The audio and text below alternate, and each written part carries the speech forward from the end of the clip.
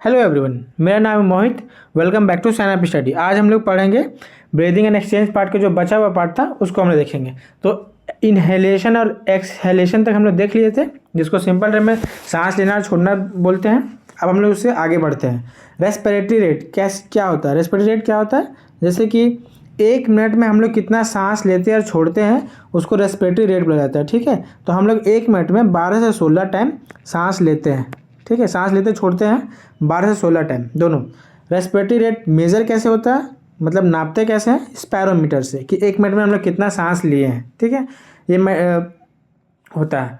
अब पुलमनरी वॉल्यूम देखेंगे। ठीक है, पुलमनरी वॉल्यूम में 4 होता है और कैपेसिटी में 5 होता है, मतलब कितना हम लोग सांस ले सकते हैं और छोड़ सकते हैं कितना। ठीक है, तो टाइडल वॉल्यूम, सबसे पहले टाइडल वॉल्यूम आता है। तो देखिए इसमें क्या, वॉल्यूम इंस्पायर्ड और एक्सपायर्ड ड्यूरिंग नॉर्मल रेस्पिरेशन। जैसे कि हम लोग बैठे हुए यहाँ पे कुछ भी कर रहे हैं तो नॉर्मली सांस लेते हैं, हम लोग फोर्सफुली नहीं लेते हैं। तो नॉर्मल जो सांस लेते हैं वो कितना होता है? 500 ml होता है। ठीक है, इसको नापते हैं। और 1 मिनट बोलेगा तो 6000 से 8000। ये कैसे आया? आप 12 से 5000 को 500 को इंटू कर दीजिएगा, 12 इंटू 500, तो आपका ये आ जाएगा। ठीक है, अब देखिए इंस्पायरेटरी रिजर्व वॉल्यूम क्या होता है? IRV। ये टीवी हो जाता है, इसका शॉर्ट फॉर्म इसका टीवी। और इंस्पायरेटरी रिजर्व वॉल्यूम, कितना सांस हम लोग ले सकते हैं, मतलब कितना डीपली सांस ले सकते हैं। ठीक है, additional volume of air person can inspire by forceful inspiration, मतलब बहुत ताकत लगा से सांस लेना, मतलब बहुत लंबे समय तक सांस लेना। उसका कितना होता है? तो एवरेज 2500 से 3000 ml होता है। ठीक है, और कितना हम लोग छोड़ सकते हैं, मैक्सिमम से मैक्सिमम कितना हम लोग सांस छोड़ सकते हैं लेने के बाद, उसका कितना होता है? देखिए additional volume of air person can expire forcefully expiration. ठीक है, कितना हम लोग छोड़ सकते हैं, तो 1000 से 1100 ml। ये सब डाटा याद रखिएगा, ये सब पूछा जाता है। कितना ले सकते हैं फोर्सफुली, कितना छोड़ सकते हैं फोर्सफुली, ये पूछा जाता है। ठीक है, अब देखिए रेसिडुअल वॉल्यूम क्या होता है? जो हमारे लंग्स में हमेशा प्रेजेंट होता है, ये एक वॉल्यूम कभी नहीं निकलता है। अगर ये निकल जाएगा तो लंग्स कोलैप्स कर जाएगा। ठीक है, तो volume air remaining in the lungs even after forceful expiration, मतलब कितनों ताकत लगा के सांस छोड़ दीजिएगा ना, तो ये 1100 से 1200 ml हमारे लंग्स में रहेगा ही रहेगा। अब देखिए कैपेसिटी, क्षमता कितना है? ये तो वॉल्यूम था, कितना वॉल्यूम है, एरिया क्षमता है। कैपेसिटी कितना हम लोग को क्षमता है, ले सकते हैं कितना। ठीक है, तो इसका फॉर्मूला सब याद रखिएगा। देखिए total volume of air person can inspire normal expiration. ठीक है, नॉर्मल एक्सपायरेशन के बाद कितना हम लोग उसमें जोड़ सकते हैं, जैसे टाइडल वॉल्यूम देखिए, एंड एक्सपायरेटरी रिजर्व वॉल्यूम। ठीक है, मतलब कितना हम लोग सांस इसमें और ले सकते हैं, एडिशनल जो वहाँ बताया ना इंस्पायरेटरी रिजर्व वॉल्यूम में कितना सांस हम लोग ले सकते हैं। तो इसी को यहाँ पे फॉर्मूला याद कर सकते हैं कि TB प्लस IRV। ठीक है, मतलब नॉर्मल एक्सपायरेशन के बाद, मतलब नॉर्मल सांस जो छोड़ते हैं उसे और कितना टाइम हम और ले सकते हैं सांस को। ठीक है, ये होता है इंस्पायरेटरी कैपेसिटी। एक्सपायरेटरी कैपेसिटी क्या होता है? Total volume of air person can expire after normal inspiration. मतलब नॉर्मल सांस हम लोग जो ले रहे हैं, कहीं भी बैठे हुए तो नॉर्मली सांस चलता है, उसके बाद उसको लेने के बाद हम लोग कितना एक्स्ट्रा छोड़ सकते हैं सांस को, उसको बोलते हैं हम लोग एक्सपायरेटरी कैपेसिटी, EC। ठीक है, इसका फॉर्मूला याद रहेगा TB प्लस ERV। TB सब में रहेगा टाइडल वॉल्यूम जो कि 500 होता है। अब मिनट में पूछेगा तो 600 से 800 तक, 6000 से 8000। ठीक है, अब फंक्शन इसको बाद में देखते हैं, फंक्शन को बाद में देखते हैं। अब देखिए वाइटल कैपेसिटी। वाइटल कैपेसिटी क्या होता है? मैक्सिमम वॉल्यूम, मतलब हम लोग सांस ले लिए छोड़ लिए बाकी सब हो गया, फोर्स लेके कितना हम लोग सांस ले सकते हैं कितना छोड़ सकते हैं, वो सब हो गया। अब देखिए वाइटल कैपेसिटी। वाइटल कैपेसिटी मतलब volume of air a person can breathe in after force expiration, मतलब बहुत दम लगा के सांस छोड़ दिया है, कितना मैक्सिमम वॉल्यूम वो छोड़ सकता है और ले सकता है उसका है। ये क्या क्या रखता है? ERV expiratory reserve volume, TB मतलब टाइडल वॉल्यूम, IRV मतलब इंस्पायरेटरी रिजर्व वॉल्यूम, और the maximum volume of air person can be breathe out force inspiration, कितना वो छोड़ सकता है और कितना ले सकता है ना, ये दिखाता है। ठीक है, अब हम लोग देखिए टोटल लंग कैपेसिटी। हम यहाँ पे टोटल होगा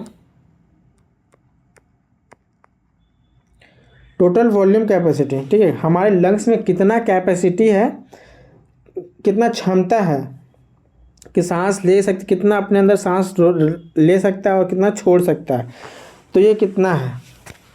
तो इसको देखते हैं, इसका फॉर्मूला ये इसके अंदर सारा आ जाएगा, जैसे जितना भी हम लोग पढ़े ना, residual volume, expertise volume, tidal volume, IRV और वाइटल कैपेसिटी, इसको और भी बोल सकते हैं। जैसे वाइटल कैपेसिटी में 3 था, और रेसिडुअल वॉल्यूम, रेसिडुअल वॉल्यूम तो हमेशा से ही रहेगा हमारे बॉडी में, जो कभी नहीं निकलता है। और देखिए फंक्शनल बच गया था, जो फंक्शनल जो होता है ना, वो हमेशा जो बॉडी में रहता है, लंग्स में जो फंक्शन करता है, देखिए रेसिडुअल वॉल्यूम ये हमेशा रहेगा, और नॉर्मल एक्सपायरेशन के बाद भी जो बच जाता है तो ERV, ठीक है, ये सब याद रखिएगा। TB प्लस IRB, इंस्पायरेटिव कैपेसिटी में TB plus ERB, RB plus ERB, और इसमें तो तीनों होता है, ठीक है।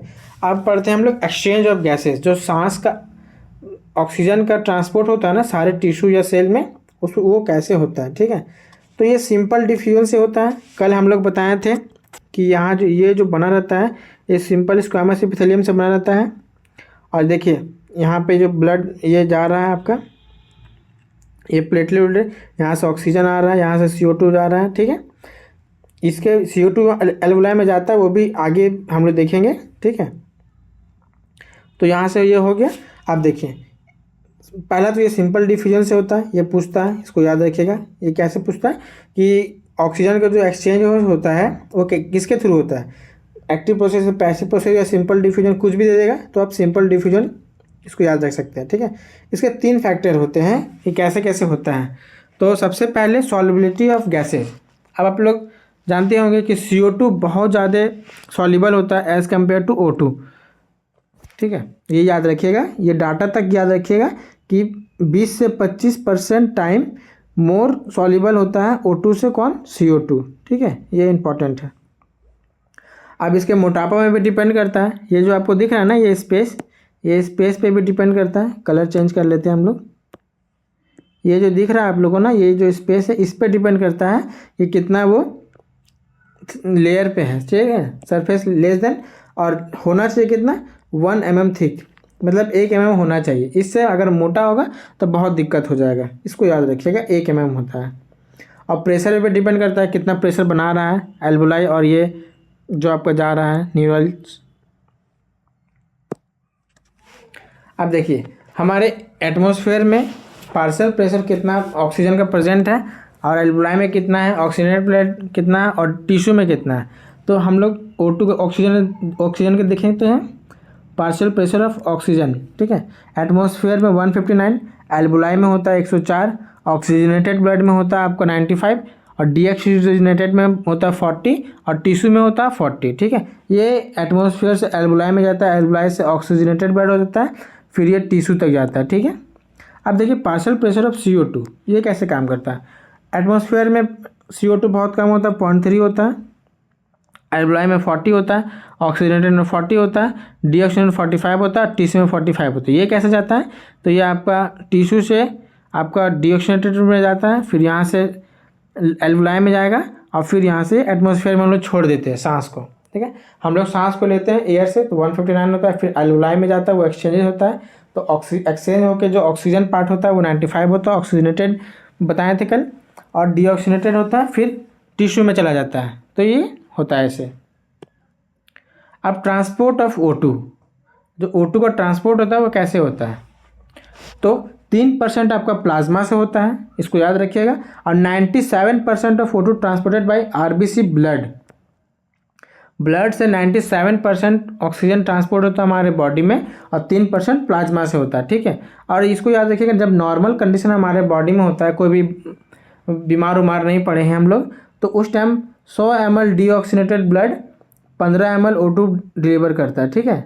नहीं, ये बीमारी के टाइम पे, ये जो है 15 ml वो बीमारी के टाइम पे, और नॉर्मल में कितना करता है, तो 5 ml करता है। देखिए यहाँ पे लिखा हुआ है, every 100 ml oxygenated deliver around 5 ml of O2 tissue under normal physiological condition. जब हम लोग नॉर्मल है तब, और जब बीमार रहेंगे तो 15, क्योंकि बीमार में ज़्यादा ऑक्सीजन की जरूरत पड़ता है टिश्यू सब में रिकवरी करने के लिए, ठीक है। होमोग्लोबिन, HB मतलब होमोग्लोबिन होता है, ठीक है। होमोग्लोबिन के पास क्या क्या होता है, एक तो रेड कलर पिगमेंट होता है और आयरन कंटेनिंग होता है, इसके कारण हम लोग हमारा ब्लड भी रेड होता है, जो हार्ट वाले चैप्टर में बताए थे। जो नहीं देखे उसको भी देख लीजिएगा। Transport of CO2। अब CO2 का ट्रांसपोर्ट कैसे होता है? CO2 भी प्लाज्मा से जाता है, लेकिन 7% प्लाज्मा से जाता है। ये याद रखिए, ये सब ये पूछा जाता है कितना परसेंट किससे जाता है, कितना परसेंट किससे जाता है। ऑक्सीजन कितना परसेंट जाता है, अब CO2 कितना परसेंट से जाता है, ठीक है। और 20 से 25% RBC से जाता है। CO2 RBC से बहुत कम जाता है, 20 से 25%, लेकिन ऑक्सीजन जो है 97% RBC से जाता है, और 70% किससे जाता है CO2? बाइकार्बोनेट से जाता है, ठीक है। ये सब डाटा आप याद रखना पड़ेगा। अब देखिए 100 ml of deoxygenated blood deliver 4 ml of CO2 एल्बुलाई में जो दिखाए थे, ये फिगर पे जो जा रहा था आपका, कहाँ गया? ये देखिए CO2 जो जा रहा है ना, ये 4 ml भेजता है 100 ml ब्लड में, ठीक है। अब देखिए रेगुलेशन ऑफ रेस्पिरेशन, कैसे हमारे बॉडी या फिर ब्रेन या फिर मेडुला कंट्रोल करता है रेस्पिरेशन को, उसको हम लोग देखते हैं, ठीक है। Human being have significant ability to maintain, मतलब हम लोग जो सांस लेने का प्रक्रिया है ना, उसको हम लोग मेंटेन रखते हैं। मॉडरेट चेंज भी कर सकते हैं, मॉडरेट है। रेस्पिरेटरी रिदम है suit to demand and body tissue, जो डिमांड करते हैं उसके अनुसार हम लोग चेंज करते हैं। जैसे कि हम लोग को सफोकेशन जब होता है, उसमें हम लोग लंबे लंबे सांस लेने लगते हैं, तो ये यहीं से होता है, यहीं से रेगुलेट होता है। और इसको करता कौन है? तो मेडुला करता है, मेडुला रीजन से करता है, ठीक है। इसको रेस्पिरेटरी रिदम सेंटर भी बोला जाता है, ठीक है। और उसके बाद दूसरा जो होता है वो पॉन्स रीजन होता है। जो पॉन्स रीजन क्या करता है? ये रेस्पिरेटरी रिदमिक सेंटर को ठीक करता है। एक मिनट रुक जाइएगा। हाँ, तो हम लोग देखे थे पहला क्या था, मेडुला कंट्रोल करता है, ये देखिए मेडुला हो गया। और दूसरा जो पोन्स रीजन हमारे ब्रेन का मेडुला से जस्ट ऊपर रहता है पोन्स, तो वो कंट्रोल करता है, उसको बोलते हैं हम लोग नेमोटिक सेंटर। तो इसको हम लोग बोलते हैं निमोटिक सेंटर, ठीक है। ये पी साइलेंट रहता है। Moderate function of the respiratory rhythm centre, ठीक है। अब आगे बढ़ते हैं, देखिए अब डिसऑर्डर, जानते हैं डिसऑर्डर से बहुत ज़्यादा बीमारी आता है, मतलब सॉरी डिसऑर्डर से बहुत ज़्यादा क्वेश्चन आते हैं हमारे एग्जाम में। तो disorder of respiratory rhythm centre, ठीक है। डिस या फिर बोल सकते हैं रेस्पिरेटरी सिस्टम, या फिर सांस लेने में जो प्रॉब्लम होती है वो उसका बीमारी देखते हैं। अस्थमा देखे होंगे बहुत सारे पेशेंट, दबंग फिल्म देखे होंगे, उसमें जो चुलबुल पांडे की मम्मी होती है वो पंप इस्तेमाल करती है, उसको अस्थमा हो जाता है। अस्थमा में होता क्या है? अस्थमा में आपका डिफ़िकल्टी इन ब्रीदिंग काउजिंग, इसका कारण क्या है? जो हमारा पाइप होता है ना, देखिए ये जो दिख रहा है ना, ये जो ब्रोंकियो और ब्रोंकियोल्स, इसका पतला हो जाता है। पतला होने के कारण जो सांस आ तो जाता है, लेकिन छोड़ने टाइम वो वूजिंग साउंड करता है, जैसे सीटी हम लोग मारते हैं ना, उस टाइप का आवाज़ करता है, ठीक है। Inflammation of bronchi and bronchioles, इसको याद रखिएगा। अस्थमा क्यों होता है? तो उसका जो ल्यूमन होता है वो पतला हो जाता है, और या फिर inflammation of bronchi and bronchioles होता है, ठीक है। इम्फाइजमा, इम्फाइजमा क्या होता है? एक क्रोनिक डिसऑर्डर है, बहुत ज़्यादा सिगरेट पीने से ये हो सकता है, ठीक है। इसमें होता क्या है, जो एल्बुलाई है, एल्बुलाई पहले ऐसे होता है, सॉरी इसको ऐसे बनाते हैं, एल्बुलाई मान लीजिए एल्बुलाई है, तो ये जो प्रोटीन का ये वाल बना हुआ है ना, इसको तोड़ के ये ऐसे सिंपल बन जाता है। तो जो गैसेस एक्सचेंज होता है, तो यहाँ से बहुत ज़्यादा नहीं हो पाता, यहाँ से बहुत ज़्यादा आपका गैसेस एक्सचेंज नहीं होता है। यहाँ से हर एक पार्ट से एक्सचेंज होता था, और यहाँ से बस एक ही पार्ट बना दिया, ये सब काम नहीं करता है। देखिए यहाँ पे क्या क्या, एल्बुलर वाल गाट डैमेज, एल्बुलर जो ये वाल था बताए थे, ये डैमेज कर देता है, due to which respiratory surface decrease, surface इसका कम हो जाता है, on the major cause of cigarette smoking, ठीक है। ऑक्यूपेशनल डिसऑर्डर, ऑक्यूपेशनल जहाँ हम लोग काम करते हैं ना, जैसे बहुत सारे स्टोन इंडस्ट्री होते हैं, कोल माइंस होते हैं, वहाँ पे ये होता है occupation in certain industry, specially those involving grinding of और स्टोन ब्रेकिंग, जहाँ पत्थर उत्थर टूटते हैं। क्रेशर आप लोग जानते होंगे, क्रेशर जहाँ गिट्टी बनता है वहाँ पे, या फिर कोल में, बहुत कोल माइनिंग में, वो इसको यूज़ कैसे, मतलब बचाव कैसे किया जाता है? तो मास्क लगाया जाता है फेस पे, ठीक है, मुंह पे, ताकि वो डायरेक्ट अंदर ना जाए। अब सिलिकॉसिस एक और होता है, जो कि सिलिका से होता है, सिलिका डस्ट से होता है, जो सिलिकॉन के इंडस्ट्री में काम करते हैं वो लोग के लिए होता है, ठीक है। अब देखिए बताए थे अस्थमा। अब देखिए ये जो हो गया आपका एम्फेज़मा हो गया। एम्फेज़मा क्या होता है, ये बहुत सारे ये पहले दिख रहे हैं आपका, बहुत सारे एल्वेओलाई सरफेस थे। अब देखिए इसको हटा के बस ये हो गया। अब गैस कैसे एक्सचेंज होगा, इसमें तो बहुत ज़्यादा हो नहीं पाएगा, इसमें हर पार्ट से होता था, ठीक है। तो ये हो जाता है बहुत ज़्यादा स्मोकिंग करने से। बहुत बार पूछा गया ये क्वेश्चन है एम्फेज़मा। Thank you. वीडियो कैसा लगा ज़रूर बताइएगा कमेंट में, और चैनल को भी सब्सक्राइब कीजिएगा और लाइक एंड शेयर जरूर कीजिएगा, ठीक है। अब हम लोग नेक्स्ट पार्ट पढ़ेंगे, मतलब नेक्स्ट चैप्टर पढ़ेंगे, मे बी कल स्टार्ट करते हैं, ठीक है। Thank you so much.